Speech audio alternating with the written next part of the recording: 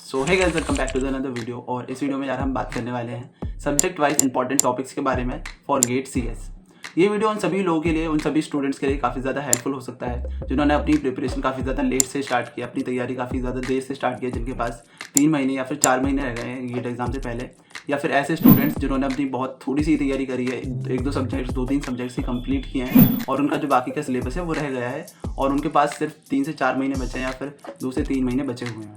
सो इस वीडियो के अंदर हम उन सभी टॉपिक्स के बारे में बात करेंगे, हर सब्जेक्ट के अंदर, जिन टॉपिक्स को अगर आप बहुत अच्छे से पढ़ लेते हो अपने बचे हुए टाइम में, तो आप एटलीस्ट गेट में इतना स्कोर कर पाओगे कि आपको कोई अच्छा एक कॉलेज मिल सके, एक ठीक ठाक रैंक आपकी आ जाए, जहाँ पर आपको कोई ना कोई एनआईटी वगैरह, कोई मिड एनआईटी या फिर मिड से थोड़े से नीचे के जो एनआईटीज हैं वो आपको मिल सकें। आप गेट को क्वालिफाई तो कर ही दोगे। बहुत सिलेक्टिव स्टडी करके भी एक अच्छा स्कोर कर सकते हो गेट एग्जाम में, अगर आपके पास उतना ज़्यादा टाइम नहीं है कि आप सिलेबस को कंप्लीट करो पूरे। तो इन सभी टॉपिक्स के बारे में हम इस वीडियो में बात करेंगे। तो स्टार्ट करते हैं, but before I start hit the like button, subscribe the channel and let's get start. तो इंपॉर्टेंट टॉपिक्स देखने से पहले हम गेट एग्जाम के वेटेज का एक ओवरव्यू ले लेते हैं, देन हम अपने टॉपिक्स देखना स्टार्ट करेंगे। तो यहाँ पर आप देखोगे, अगर हम एवरेज वेटेज देखें सभी सब्जेक्ट्स का, इंजीनियरिंग मैथ्स और डिस्क्रीट मैथ्स को मिलाकर टोटल 30 नंबर्स का आता है। ये आप हाफ मान सकते हो, या फिर जो वेटेज है वो कम ज़्यादा होता रहता है, 19-20 रहता है मैथ्स और डिस्क्रीट मैथ्स का। नेक्स्ट इसके बाद आता है एप्टीट्यूड, जो कि फिक्स है, 15 मार्क्स का आता है हमेशा। इसके बाद नेक्स्ट आता है आपका data structure and C programming. ये हमारा जनरली एवरेज 11 से 13 के बीच में आता है। कभी कभी ये नंबर 3-4 मार्क्स प्लस माइनस आप करके मान सकते हो कि 1-2 नंबर कम आ गया 12-13 से, या फिर 1-2 नंबर ज़्यादा भी आ जाता है। इसके बाद आता है आपका एल्गोरिदम। बहुत ज़्यादा वेटेज नहीं रखता है एल्गोरिदम, तो यहाँ पर आपको 4 से 6 एवरेज मान सकते हो आप। काफ़ी बार ये 7 नंबर तक भी चला जाता है, या फिर ये 4-5 नंबर तक भी रहता है एग्जाम्स के अंदर। इसके बाद आ जाता है आपका डिजिटल लॉजिक। ये भी 4 से 6 नंबर के आसपास रहता है, काफ़ी बार 7 या फिर 8 नंबर तक भी चला जाता है, या फिर काफ़ी बार 2 या 3 नंबर तक भी ये सब्जेक्ट जाता है गेट एग्जाम के अंदर। इसके बाद नेक्स्ट आ जाता है आपका computer organisation and architecture, COA। ये सब्जेक्ट ज़्यादातर हाई वेटेज में रहता है, 9 से 11 इसका एवरेज रहता है। इसके बाद आता है आपका TOC, ये 7 से 9 नंबर एवरेज है इसका। इसके बाद आता है आपका कंपाइलर डिज़ाइन, काफ़ी कम वेटेज रहता है इसका, 3 से 5 या 6 के आसपास रहता है मैक्स टू मैक्स, ठीक है। इसके बाद आता है आपका DBMS। ये सब्जेक्ट 4 से 7 के एवरेज इसका रहता है। काफ़ी बार ये थोड़ा सा ज़्यादा भी देखने को मिलता है आपका, 8 या 9 नंबर तक। इसके बाद नेक्स्ट आता है आपका OS के अंदर आपको 7 से 9 नंबर एवरेज रहता है, और काफ़ी बार थोड़ा सा 1-2 नंबर प्लस माइनस आप दोनों साइड कर सकते हैं, ये इसका एवरेज रहता है ऑपरेटिंग सिस्टम का। इसके बाद नेक्स्ट आता है आपका CN के अंदर आपको 6 से 8 इसका एवरेज मार्क्स रहता है। ज़्यादातर जो CN है वो ज़्यादा नंबर का ही आता है आपका, 8 या 8 से ऊपर नंबर इसके रहते हैं। आपके 9, 10 या फिर 11 नंबर तक देखने को मिलता है कंप्यूटर नेटवर्क। तो ये हो गया एक ओवरव्यू वेटेज का, कि हर सब्जेक्ट में लगभग इतने मार्क्स का आ रहा होता है। सो अब यहाँ पर अगर आपके पास कम टाइम है, 3 से 4 महीने आपके पास रह गए हैं, या फिर 2 से 3 महीने अगर आपके पास रह गए हैं, तो इनमें से वो सब्जेक्ट्स जो जिनका वेटेज सबसे ज़्यादा है, उनके अंदर जो भी इंपॉर्टेंट टॉपिक्स हैं वो आपको सबसे पहले कंप्लीट करने हैं। तो अब ये वेटेज देखने के बाद वो स्टूडेंट जिनके पास थोड़ा सा कम समय है, जिनके पास 3 से 4 महीने रह गए हैं, या फिर 2 से 3 महीने रह गए हैं, उनको सबसे पहले इनमें से जो हाई वेटेज वाले सब्जेक्ट्स हैं, उनके जो इंपॉर्टेंट टॉपिक्स हैं उनको कंप्लीट करना है। दैन उसके बाद जो बाकी लो वेटेज वाले सब्जेक्ट्स हैं उनके टॉपिक्स कंप्लीट करने हैं। नाउ नेक्स्ट अब हम स्टार्ट करते हैं अपने इंपॉर्टेंट टॉपिक्स के बारे में। तो सबसे पहले अगर हम बात करें COA के बारे में, तो इसके अंदर 3 से 4 ऐसे टॉपिक्स हैं जो काफ़ी ज़्यादा इंपॉर्टेंट हैं, जिनमें से लास्ट के कुछ ईयर्स में भी काफ़ी ज़्यादा क्वेश्चंस देखने को मिले हैं। तो सबसे पहला टॉपिक आता है आपका कैश मेमोरी। तो बहुत सारे क्वेश्चंस यहाँ पर आपको देखने के लिए मिल जाते हैं, और लास्ट ईयर 2024 के अंदर भी 1 से 2 क्वेश्चन इसके आ चुका है गेट एग्जाम के अंदर, गेट CS के अंदर। इसके बाद नेक्स्ट आता है आपका पाइपलाइन टॉपिक। इसके अंदर भी लास्ट ईयर में 2-3 क्वेश्चन आए हैं गेट 2024 में, और इससे पहले भी ये लगभग हर साल इसका एक आध क्वेश्चन गेट एग्जाम में देखने के लिए मिलता है, और ये भी काफ़ी थोड़ा सा लेंथी टॉपिक है COA का। इसके बाद नेक्स्ट आता है आपका डिस्क वाला टॉपिक, जो COA का लास्ट चैप्टर है आपका सेकेंडरी मेमोरी। उसके अंदर आप डिस्क वाले जो टॉपिक है उसको पढ़ते हो, जिसके अंदर नंबर ऑफ सेक्टर्स और नंबर ऑफ सिलेंडर्स को पूछने वाले क्वेश्चन ज़्यादातर बनते हैं। इसके बाद नेक्स्ट और काफ़ी एक छोटा सा टॉपिक है फ्लोटिंग पॉइंट रिप्रेजेंटेशन। ये टॉपिक जब आप पढ़ोगे तो ये बाकी सब्जेक्ट्स में भी आपके काफ़ी काम आ सकता है। ये नंबर सिस्टम से काफ़ी ज़्यादा रिलेट करता है, ठीक है। तो और बाकी जो सब्जेक्ट्स हैं, जैसे आपका डिजिटल लॉजिक है, वहाँ पे भी आपकी काफ़ी हेल्प करेगा। कंप्यूटर नेटवर्क में भी आपका थोड़ा सा हेल्पफुल रहेगा। तो इस तरीके से ये टॉपिक बहुत ज़्यादा लेंथी भी नहीं है, और इससे रिलेटेड जो क्वेश्चंस हैं वो भी आपको देखने के मिलते हैं। जैसे कि आपका IEEE नोटेशन हो गया, उस पर आपको क्वेश्चन देखने के लिए मिलता है। मेंटेसा से रिलेटेड आपके जो है क्वेश्चंस बन के आते हैं गेट एग्जाम के अंदर। तो ये बहुत ज़्यादा बड़ा टॉपिक नहीं है। अगर आप बहुत अच्छे से बैठो तो 1 से 2 दिन के अंदर इस टॉपिक को बहुत अच्छे से कर सकते हो, प्रीवियस ईयर और प्रैक्टिस क्वेश्चंस के साथ, ठीक है। तो ये 3 से 4 टॉपिक्स हैं COA के अंदर जो सबसे ज़्यादा जिनमें से क्वेश्चंस पूछे जाते हैं। इसके बाद नेक्स्ट सब्जेक्ट आता है आपका डेटा स्ट्रक्चर्स। इसके अंदर जिसका जो बेसिक कॉन्सेप्ट है, डेटा स्ट्रक्चर्स के जो बेसिक कॉन्सेप्ट्स हैं आपके, वो आपके बहुत क्लियर होने चाहिए ऑलरेडी, क्योंकि उनके बेस पे ही आपके जो थोड़े से डिफिकल्ट टॉपिक हैं डेटा स्ट्रक्चर्स के अंदर वो आप सॉल्व कर पाओगे। तो जो बेसिक है वो आपके क्लियर होने चाहिए। इसके बाद जो ट्रीज़ वाला टॉपिक है वो बहुत ज़्यादा इंपॉर्टेंट है, जिसके अंदर से क्वेश्चन आता ही आता है। आपको हर साल एक ना एक क्वेश्चन आपको देखने मिलेगा, 1 से 2 क्वेश्चन आपको ज़्यादातर देखने के लिए मिलेंगे ट्री से। लास्ट ईयर भी गेट 2024 में 3 से 4 या फिर 2 से 3 क्वेश्चन देखने के लिए मिले हैं गेट 2024 के अंदर ट्रीज टॉपिक से। इसके बाद आता है आपका हैशिंग। हैशिंग में आपको जो हैशिंग टेक्निक्स होती हैं वो आपको देखने के लिए मिलती है, उससे रिलेटेड क्वेश्चन कई बार आता है। या फिर हैशिंग के अंदर जो कोलिजन वाला जो है जो पोर्शन है उसके अंदर से भी जो कोलिजन वाले टॉपिक से भी आपको क्वेश्चन देखने के लिए मिलते हैं।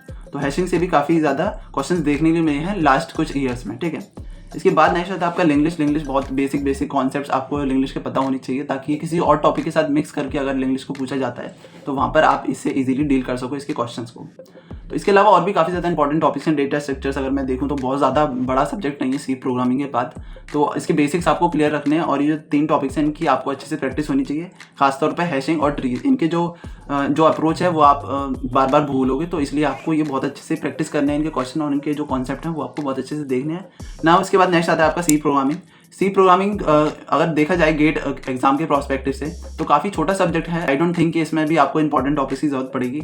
और अगर हम बात करें सी की, तो सी का जो पूरा जो बेसिक कॉन्सेप्ट है, जो सी के सारे जो कॉन्सेप्ट हैं वो आपको बहुत अच्छे से आने चाहिए। ये इस सब्जेक्ट को आपको कंप्लीट ही करना है बहुत अच्छे से। इसके जो कॉन्सेप्ट है वो आपको डेटा स्ट्रक्चर्स में भी यूज़ करने पड़ेंगे सी, क्योंकि वो भी आपका सी के अंदर ही इंप्लीमेंट होगा।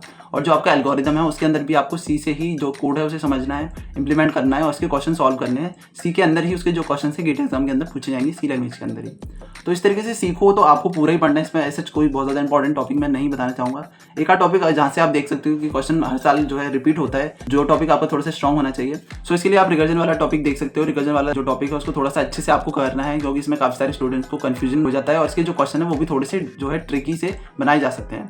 और इसके अलावा जो आपका एरे ऑफ पॉइंटर्स है वो काफ़ी ज़्यादा इंपॉर्टेंट टॉपिक है। आपका पॉइंटर बहुत अच्छा होना चाहिए। आपके जो पॉइंटर्स के कॉन्सेप्ट हैं वो आपके काफ़ी ज़्यादा क्लियर होने चाहिए एरे के साथ और आपकी स्ट्रिंग के साथ। तो इस तरीके के जो टॉपिक हैं जैसे आपका रिकर्जन और आपका एरे और पॉइंटर, इन 3 टॉपिक्स को आप थोड़ा सा ज़्यादा फोकस कर सकते हो सी प्रोग्रामिंग के अंदर। अदरवाइज सारे कॉन्सेप्ट आपको बहुत अच्छे से अपने स्ट्रॉन्ग करने चाहिए सी के अंदर। इसके बाद नेक्स्ट टॉपिक आता है आपका एल्गोरिदम के अंदर ज़्यादातर जो क्वेश्चन है आपको रिकरेंस रिलेशन से काफ़ी बार क्वेश्चन देखने के लिए मिलता है, जहाँ पर आपको कॉम्प्लेक्सिटी निकालनी होती है। आपको एक रिलेशन दे दिया जाता है जिसकी आपको टाइम कॉम्प्लेक्सिटी फाइंड करनी होती है। इस तरीके का क्वेश्चन आपको लगभग हर साल देखने के लिए मिलता है एक ना एक।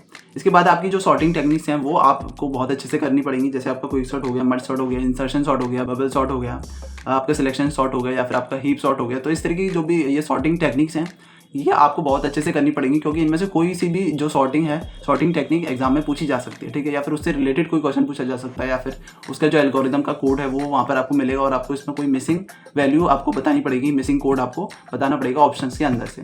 तो इस तरीके के क्वेश्चन सॉर्टिंग से रिलेटेड आपको देखने के लिए मिलते हैं। और बाकी इसके अलावा काफ़ी सारे इंपॉर्टेंट एल्गोरिदम्स हैं। जब आप ग्रीडी टेक्निक पढ़ोगे या फिर आप डिवाइड एंड कॉन्कर या फिर डायनामिक प्रोग्रामिंग जब आप पढ़ोगे तो उसके अंदर काफ़ी सारी आपकी एल्गोरिदम्स होती हैं जो आपको पढ़नी है बहुत अच्छे से, जिनसे रिलेटेड क्वेश्चन एग्जाम में ज़्यादातर पूछे जाते हैं। इसके अंदर ये सारी एल्गोरिदम आपको देखने को मिलेंगी, जैसे आपकी minimum cost spanning tree, Huffman coding, Kruskal algorithm, Prim's algorithm, single source shortest path algorithm, Floyd Warshall algorithm, 0-1 knapsack और आपका मैट्रिक्स चेन मल्टीप्लिकेशन। तो इस टाइप की सारी जो एल्गोरिदम है उन सबको आपको बहुत अच्छे से सीखना है और बहुत अच्छे से आपको आनी चाहिए, क्योंकि इनमें से किसी से भी रिलेटेड आपका जो क्वेश्चन है पूछा जा सकता है गेट एग्जाम के अंदर। इसके बाद नेक्स्ट आ जाता है आपका टीओसी। अगर हम टीओसी की बात करें तो टीओसी थोड़ा सा लेंथी आप सब्जेक्ट ज़रूर बोल सकते हो, बट इसके जो क्वेश्चन है अगर आप बहुत अच्छे से कर लेते हो तो सीधा जो है बिना सॉल्व किए इसके क्वेश्चन मार्क कर सकते हो। इसमें जो टॉपिक्स हैं इसके अंदर आप फाइनाइट ऑटोमेटा वाला टॉपिक आप देखोगे तो उसमें से लगभग 2 से 3 क्वेश्चंस पूछे गए हैं लास्ट ईयर भी सन 2024 के अंदर। और रेगुलर एक्सप्रेशंस में से भी एक क्वेश्चन लास्ट ईयर जो एग्जाम हुआ है 2024 का उसमें पूछा गया है। कॉन्टेक्स्ट फ्री ग्रामर है, उसके अंदर से भी आपका सन 2024 में से क्वेश्चन पूछा गया है, 1 से 2 क्वेश्चन से शायद पूछे गए हैं, तो वो भी आप देख सकते हो। उसके बाद नेक्स्ट आता है आपका डीबीएमएस। जो डीबीएमएस है उसके अंदर आपका जो एसक्यूएल है और जो रिलेशनल अलजेब्रा है उसके अंदर एक क्वेश्चन जरूर पूछा जाता है। सन 2024 के अंदर भी एक क्वेश्चन इसके अंदर से आया है। और इसके अलावा आपका जो इंडेक्सिंग वाला टॉपिक है उसके अंदर से भी जो क्वेश्चन हैं वो पूछे जाते हैं ज़्यादातर। और इसके बाद नॉर्मलाइजेशन है और जो ट्रांजेक्शन है। जो नॉर्मलाइजेशन है उसके अंदर ज़्यादातर क्वेश्चन इसी चीज़ से रिलेटेड होते हैं कि आपको लॉसी या फिर लॉसलेस फाइंड करना होता है, या फिर आपको कोई भी रिलेशन आपको दे दिया जाएगा, वहाँ पर आपको कुछ एफडीज दे दी जाएंगी और आपसे पूछा जाएगा कि ये किसके अंदर लाई करता है, ये BCNF है, 1NF है, 2NF है, है या फिर 3NF है, इस तरीके की चीज़ें आपसे पूछी जाती हैं, या फिर लॉसी या लॉसलेस पूछा जाता है। इस टाइप के क्वेश्चन ज़्यादातर आपके बनते हैं नॉर्मलाइजेशन से। तो ये आपको काफ़ी इंपॉर्टेंट टॉपिक है, आपको ये प्रिपेयर करना है बहुत अच्छे से। और बाकी इसके अलावा एक और टॉपिक आता है आपका ट्रांजेक्शन। इससे भी रिलेटेड लास्ट ईयर 2024 में भी एक क्वेश्चन पूछा गया है, और इससे रिलेटेड क्वेश्चन भी काफ़ी बार पूछे जाते हैं। काफ़ी इंटरेस्टिंग टॉपिक रहता है ये DBMS के अंदर। इसके बाद नेक्स्ट टॉपिक आता है आपका ऑपरेटिंग सिस्टम OS। इसके अंदर मेमोरी मैनेजमेंट और जो वर्चुअल मेमोरी वाले जो कॉन्सेप्ट्स हैं उनके अंदर से जो क्वेश्चन है वो ज़्यादातर पूछे जाते हैं। और इसके अलावा जो आपका प्रोसेस एंड सिंक्रोनाइजेशन या फिर डेडलॉक वाली प्रॉब्लम्स हो गई, उनसे रिलेटेड भी क्वेश्चन ज़्यादातर पूछ लिए जाते हैं गेट एग्जाम के अंदर। और इन दोनों के अलावा तीसरा आता है आपका CPU शेड्यूलिंग। CPU शेड्यूलिंग की जो एल्गोरिदम्स होती हैं, जैसे आपका शॉर्टेस्ट जॉब फर्स्ट हो गया, FIFO हो गया, first in first out, round robin हो गया, आपका शॉर्टेस्ट रिमेनिंग टाइम फर्स्ट, इस टाइप की जो एल्गोरिदम्स हैं इनसे रिलेटेड भी क्वेश्चन जो है पूछे जाते हैं। या तो आपको इनसे रिलेटेड कोई क्वेश्चन मिलेगा, या फिर आपको इनसे रिलेटेड कोई थ्योरेटिकल क्वेश्चन आपको देखने को मिलेगा कि यहाँ पर दो एल्गोरिदम को कंपेयर करा दिया और इफेक्टिव कौन सी ज़्यादा इफेक्टिव है और कौन सी कम इफेक्टिव है। तो इस टाइप के क्वेश्चंस आपको इन सभी एल्गोरिदम से देखने के लिए मिलते हैं, जो आपकी CPU शेड्यूलिंग एल्गोरिदम होती है ऑपरेटिंग सिस्टम के अंदर। ठीक है, इसके अलावा नेक्स्ट आता है आपका डिस्क्रीट मैथमेटिक्स। मेजरली आपका जो ग्राफ थ्योरी है वो सबसे ज़्यादा इंपॉर्टेंट है, उससे रिलेटेड क्वेश्चन ज़्यादा पूछे जाते हैं बाकी टॉपिक्स के कंपैरिजन में डिस्क्रीट मैथमेटिक्स के अंदर। इसके बाद नेक्स्ट आता है आपका डिजिटल लॉजिक। इसके अंदर आपके 3 टॉपिक सबसे ज़्यादा पूछे जाते हैं, आपका K-मैप और मिनिमाइजेशन। आपको कोई भी SOP या फिर POS एक्सप्रेशन दे दिया जाएगा और उसको आपको मिनिमाइज करना पड़ेगा K-मैप के थ्रू। इसके अलावा नेक्स्ट आता है आपका नंबर सिस्टम। जैसे हमने COE के अंदर देखा था फ्लोटिंग पॉइंट एंड रिप्रेजेंटेशन, वो भी काफ़ी ज़्यादा रिलेटेड है आपका नंबर सिस्टम से। तो इसी तरीके से आप डिजिटल लॉजिक में अगर नंबर सिस्टम को बहुत अच्छे से पढ़ लेते हो तो ये आपका कंप्यूटर नेटवर्क में भी मदद करेगा और आपका COE के अंदर भी काफ़ी ज़्यादा हेल्पफुल रहेगा। इसके बाद नेक्स्ट आता है आपका कॉम्बिनेशनल सर्किट। इसके अंदर आपको ज़्यादातर क्वेश्चन आपको मल्टीप्लेक्सर से रिलेटेड एग्जाम में देखने को मिलेंगे। लगभग हर साल एक नई क्वेश्चन आपको मल्टीप्लेक्सर से लगभग आता ही आता है। इसके बाद आपको इसमें जो एडर्स होते हैं और जो सब्सट्रैक्टर होते हैं उनसे रिलेटेड भी क्वेश्चन आपको देखने को मिलता है, या फिर आपका कोडर डिकोडर, इससे रिलेटेड भी कई बार क्वेश्चन आ जाते हैं। तो ये सारे टॉपिक्स इसके अंदर के जो सब टॉपिक्स हैं वो आपको प्रिपेयर करने पड़ेंगे। जैसे आपका सब्सट्रैक्टर हो गया, एडर हो गया, इसके बाद अलावा आपका मल्टीप्लेक्सर हो गया, कोडर डिकोडर, इस टाइप के जो टॉपिक्स हैं वो सभी आपको बहुत अच्छे से प्रिपेयर करने हैं कॉम्बिनेशन सर्किट के अंदर। इसके बाद नेक्स्ट सब्जेक्ट आता है आपका इंजीनियरिंग मैथमेटिक्स। इसके अंदर जो प्रोबेबिलिटी, लीनियर अलजेब्रा और लिमिट्स, ये 3 टॉपिक्स आपके थोड़े से ज़्यादा इंपॉर्टेंट रहते हैं। प्रोबेबिलिटी से रिलेटेड आपके क्वेश्चन ज़्यादा पूछे जाते हैं और थोड़ा सा कॉम्प्लेक्स क्वेश्चन जो है बनाया जाता है प्रोबेबिलिटी से रिलेटेड। इसके अलावा आपका जो लीनियर अलजेब्रा है वो आपका उसके अंदर जो मैट्रिक्स जो है, मैट्रिक्स वाला टॉपिक काफ़ी ज़्यादा इंपॉर्टेंट है। उससे रिलेटेड जो क्वेश्चन है वो लगभग आप ये मान के चलो आता ही आता है हर साल। तो वो जो एक क्वेश्चन है 1 से 2 नंबर का, वो आप अगर मैट्रिक्स अपने बहुत अच्छे से प्रिपेयर कर लो तो वो 1 से 2 क्वेश्चन आप इजीली क्रैक कर सकते हो गेट एग्जाम के अंदर। इसके बाद आता है आपका लिमिट्स से रिलेटेड भी क्वेश्चन आपको देखने को मिलेंगे और इसके अंदर आपको बहुत ज़्यादा प्रैक्टिस करने की ज़रूरत है ताकि आप जो क्वेश्चन है उन्हें बहुत अच्छे से सॉल्व कर सको। इसके अलावा जो प्रोबेबिलिटी वाला टॉपिक है आपका वो और भी सब्जेक्ट्स के अंदर प्रोबेबिलिटी से रिलेटेड थोड़ा सा क्वेश्चन जो है पूछा जा सकता है। तो आप अगर प्रोबेबिलिटी को बहुत अच्छे से पढ़ लेते हो तो जो भी क्वेश्चन अगर बाई चांस ऐसा कोई क्वेश्चन आता है अदर सब्जेक्ट्स के अंदर भी ऐसे क्वेश्चन बन सकते हैं प्रोबेबिलिटी से रिलेटेड, तो वहाँ पर भी आप उस क्वेश्चन को सॉल्व कर पाओगे। इसके अलावा आपका कंपाइलर डिज़ाइन आता है। जो कंपाइलर डिज़ाइन है बहुत ज़्यादा लेंथी सब्जेक्ट नहीं है, अगर आपने TOC बहुत अच्छे से पढ़ लिया है तो वहाँ पर आपको बहुत ज़्यादा डिफिकल्टी नहीं होगी। कुछ कॉन्सेप्ट थोड़े से नए आपको देखने को मिलेंगे कंपाइलर डिज़ाइन के अंदर। एक टॉपिक जो बहुत ज़्यादा इंपॉर्टेंट है, जो लगभग हर साल देखा जाता है ज़्यादातर, वो होता है आपका फर्स्ट एंड फॉलो निकालना। आपको एक क्वेश्चन दिया जाएगा, उसके अंदर आपको जो है फर्स्ट एंड फॉलो निकालना है उस क्वेश्चन के अंदर।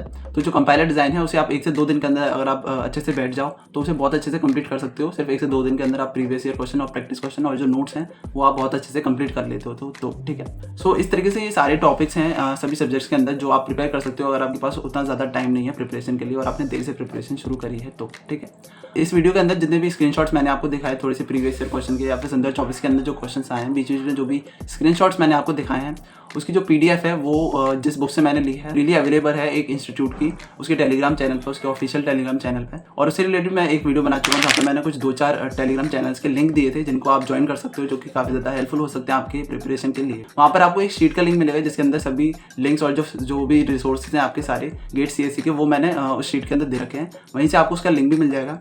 ऑल्दो जो PDF है, जिस बुक की ये PDF जहाँ से मैंने क्वेश्चन उठाए हैं उसका लिंक मैं अलग से इस वीडियो के डिस्क्रिप्शन में भी दे दूंगा। आप वहाँ से इसे डाउनलोड कर सकते हो और खुद से देख सकते हो कि कौन से क्वेश्चन कौन से ईयर्स में आए हैं, कौन से टॉपिक्स हैं। ठीक है, तो इस तरीके से ये आप चीज़ कंसिडर कर सकते हो प्रिपेयर करते समय कि आपको कौन से टॉपिक्स पढ़ने चाहिए। एंड आई होप ये वीडियो आपके लिए काफ़ी ज़्यादा हेल्पफुल रहे। कुछ टॉपिक्स आपको यहाँ पर जहाँ से मिले हैं सब्जेक्ट्स के जो कि आप प्रिपेयर कर सके कम टाइम के अंदर। ठीक है, और बाकी जो भी चीज़ें हैं वो मैंने इसमें कवर करने की कोशिश की है। इसके अलावा आपका अगर कोई भी डाउट है तो आप मुझे कॉमेंट में पूछ सकते हो या फिर आप मेरे जो सोशल मीडिया अकाउंट्स हैं वहाँ पर जाकर आप मेरे को मैसेज कर सकते हो। ठीक है, और बाकी इसके अलावा काफ़ी सारी वीडियोज़ आपको देखने मिलेंगी गेट CS से रिलेटेड जो कि आपके लिए काफ़ी ज़्यादा हेल्पफुल हो सकती हैं, वो आप जाके देख सकते हो चैनल पर। एंड इसके अलावा आने वाली वीडियोज़ में हम और भी काफ़ी सारी चीज़ें कवर करने वाले हैं गेट सी से रिलेटेड। जैसा आपकी जो सब्जेक्ट्स हैं उनके अंदर काफ़ी सारी चीज़ें ऐसी जिनको हम ट्रिक्स से याद कर सकते हैं, कुछ चीज़ें ऐसी जिन्हें हम टेबलर फॉर्म में अरेंज करके इजीली याद कर सकते हैं, जो कि हमारे एग्जाम में काफ़ी ज़्यादा हेल्प करेंगी क्वेश्चन को सॉल्व करने में। ठीक है, तो इस तरीके की जो वीडियोस हैं वो आपको फ्यूचर में देखने को मिलेंगी। तो इसीलिए मेक श्योर आप चैनल को सब्सक्राइब करें और आने वाली जो वीडियोस हैं उनका नोटिफिकेशन आप मिस ना हो। ठीक है, और जो बेल आइकन है उसको ऑन कर लेना ताकि नोटिफिकेशन आप तक पहुंच सके। और बाकी इसके अलावा इस वीडियो के अंदर इतना ही, फिर मिलते हैं नेक्स्ट वीडियो में। Till then take care, keep preparing for the GATE and I will see you in the next video.